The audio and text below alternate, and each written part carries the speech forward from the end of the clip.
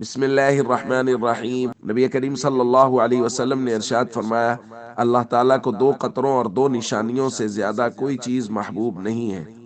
اور قطروں کو بیان کرتے ہوئے ارشاد فرمایا، نمبر ایک، آنسو کا وہ ایک قطرہ جو اللہ کے خوف کی وجہ سے نکلے، اور دوسرا خون کا وہ قطرہ جو اللہ کے راستے میں بہے۔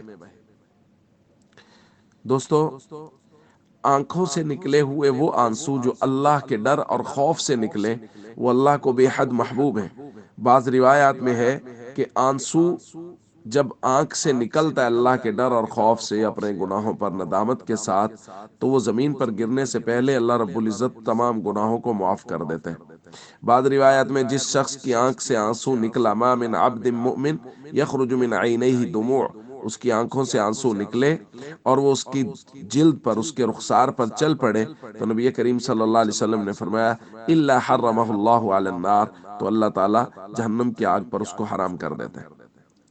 تو بہت فضیلت ہے اللہ کے ڈر اور خوف سے آنسو نکلنے اور آنسو بہانے کی، رونے کی۔ ہمارے معاشرے میں یہ بہت بڑا مسئلہ ہے کہ اب اللہ کے لیے رونا، اللہ کی محبت اور اللہ کے ڈر سے رونا، اب یہ دن بدن چیزیں ختم ہوتی چلی جا رہی۔ یہ ہے تنہائی کا عمل۔ تہجد کے وقت میں اٹھیں، رات کے کسی پہر اٹھیں اور اللہ کے سامنے رو کے گڑ گڑا کے اپنی ضروریات کو رکھیں، اپنے گناہوں کی معافی مانگیں، یہ اللہ کو بے حد پسند ہے۔ اور دن بدن اب ہنسنے پہ سب کا زیادہ زور ہے، سب سے زیادہ وہ لوگ پسند کیے جاتے ہیں جو لوگوں کو ہنساتے ہیں۔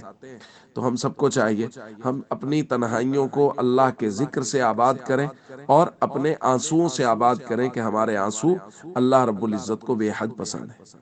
السلام علیکم ورحمۃ اللہ وبرکاتہ۔